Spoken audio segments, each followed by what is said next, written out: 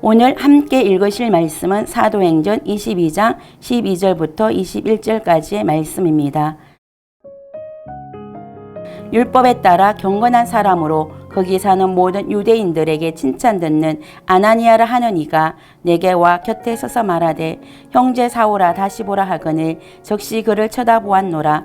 그가 또 이르되 우리 조상들의 하나님이 너를 택하여 너로 하여금 자기 뜻을 알게 하시며 그 의인을 보게 하시고 그 입에서 나오는 음성을 듣게 하셨으니 내가 그를 위하여 모든 사람 앞에서 내가 보고 들은 것에 정인이 되리라. 이제는 왜 주저하느냐? 일어나 주의 이름을 불러 세례를 받고 너의 죄를 씻으라 하더라. 후에 내가 예루살렘으로 돌아와서 성전에서 기도할 때에 황홀한 중에 봄에 주께서 내게 말씀하시되 속히 예루살렘에서 나가라. 그들은 내가 내게 대하여 정언한 말을 듣지 아니하리라 하시거늘 내가 말하기를 주님 내가 주를 믿는 사람들을 가두고 또 각 해당에서 때리고 또 주의 정인 스데반이 피를 흘릴 때에 내가 곁에 서서 찬성하고 그 죽이는 사람들의 옷을 지킨 줄 그들도 아나이다. 나더러 또 이르시되 떠나가라. 내가 너를 멀리 이방인에게로 보내리라 하셨느니라. 아멘. 샬롬. 오늘도 말씀을 통해 하나님께 더 가까이 나아가는 하루 되시기를 축복합니다. 저는 오늘 본문 말씀을 통해 인생의 방향을 바꾼 바울의 사명이라는 제목으로 말씀을 묵상해 보기 원합니다. 오늘 본문 말씀은 바울이 이스라엘 백성들과 율법과 이곳을 비방하여 모든 사람을 가르친다고 유대인들이 폭동을 일으킴으로 체포되어 천부장의 허락하에 바울이 자신을 변론하는 장면이 사도행전 22장 1절부터 이어지고 있습니다. 바울은 다메섹 도상에서 강한 빛으로 임한 예수 그들을 만난 이후 시력을 잃었고 볼 수 없는 상태에서 사람들의 손에 이끌려 다메섹으로 들어가 거기서 모든 이에게 칭찬을 받는 경건한 유대인 아나니아를 만났습니다. 아나니아는 바울의 눈을 뜨게 해주었고 바울에게 일어난 일이 무엇을 뜻하는지 설명해 주었습니다. 아나니아는 바울이 하나님의 택함을 받은 자로서 예수 그들을 보았고 그의 음성을 들었다고 확정해 주었습니다. 그리고 바울이 보고 들은 것에 정인이 될 것을 말씀해 주셨습니다. 바울은 유대인의 관점에서 보아도 흠없고 온전한 신앙을 지닌 유대인에게 칭찬 듣는 아나니아와 자신의 회심의 과정을 연결하여 설명하고 있습니다. 또한 자신이 예수 그리스도의 정인이 된 것도 아나니아와 연결하여 설명하고 있습니다. 이를 통해 바울이 율법을 안전히 버렸다고 오해하는 유대인들에게 예수님의 복음은 율법을 안전히 버린 것이 아님을 설명하면서 자신의 회심과 예수 그리스도의 정인된 것이 유대인들이 칭찬하는 아나니아를 통해 이루어진 것을 설명하고 있는 것입니다.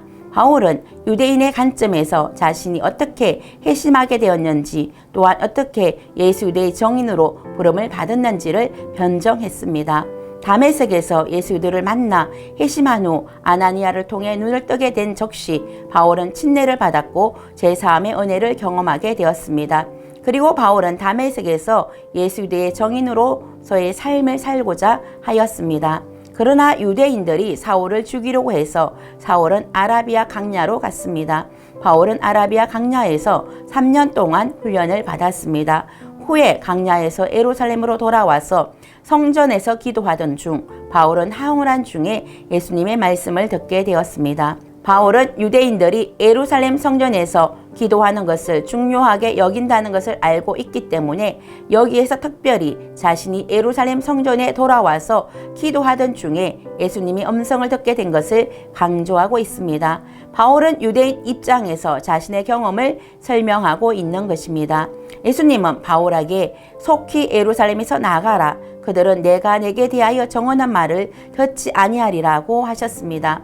바울은 자신이 이렇게 극적으로 회심하여 복음의 정인이 된 것을 보면 유대인들이 복음이 참된 진리임을 깨닫고 주님께로 돌아올 것이라고 믿었던 것 같습니다. 주님, 내가 주를 믿는 사람들을 가두고 또 각 해당에서 때리고 또 주의 정인 스데반이 피를 흘릴 때에 내가 곁에 서서 찬성하고 그 죽이는 사람들의 옷을 지킨 줄 그들도 아나이다. 예수님 믿는 자들을 죽이고 가두는 일에 앞장섰던 제가 변하여 복음을 전하는 것을 보면 저들이 예수님을 믿지 않을까요? 라는 생각을 했을 것입니다. 그러나 주님은 유대인들이 바울의 증언을 듣지 않을 것이라고 말씀하셨습니다. 그리고 내가 너를 멀리 이방인에게 보내리라고 말씀하셨습니다. 바울은 이방인에게 복음을 증거할 사명자로 예수님으로부터 직접 부르심을 받았습니다. 바울은 예수님을 통해 이방인에게 복음을 전하라는 보내심을 받아 예루살렘을 떠나 이방인을 향한 복음 전도의 사명을 감당하게 된 것입니다.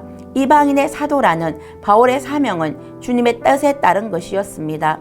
바울이 이방인에게 간 것은 위험을 피하기 위해서가 아니었습니다. 만일 그렇다면 다시 예루살렘으로 돌아오지도 않았을 것입니다. 하나님도 성경도 제대로 알지 못하는 이방인에게 예수 그리스도의 복음을 전하는 것은 쉽지 않은 일이지만 바울은 하나님의 뜻에 순종해 이방인의 사도가 되었습니다. 그의 순종으로 인해 많은 이방인들이 하나님께 돌아왔습니다. 복음의 지경이 유대인에게만 머물지 않았고 이방인에게까지 확장되었습니다. 바울은 예수님 믿는 자들을 가두고 죽이는 일에 앞장섰다가 다메섹 도상에서 예수님을 만났고 경건한 유대인 아나니아를 통해 시력을 회복하였고 또한 그를 통해 회심하고 자신을 향한 하나님의 부르심의 사명을 깨닫게 되었습니다. 예수 그리스도를 따르는 자들을 체포하고 죽이기 위해 혈안이 되었던 그가 이제는 예수 그리스도를 전하는 정인이 된 것입니다.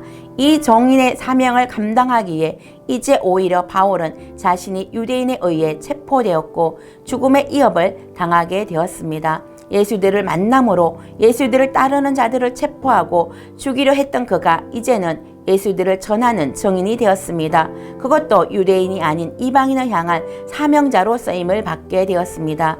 저와 여러분의 삶에도 예수 그리스도를 만남으로 인생의 방향이 바뀌는 역사가 일어날 수 있기를 소망합니다. 세상을 쫓아가던 삶에서 예수 그리스도를 따라가는 삶을 살 수 있기를 바랍니다. 오직 예수 그리스도를 전하는 사명자의 삶을 살 수 있기를 축복합니다.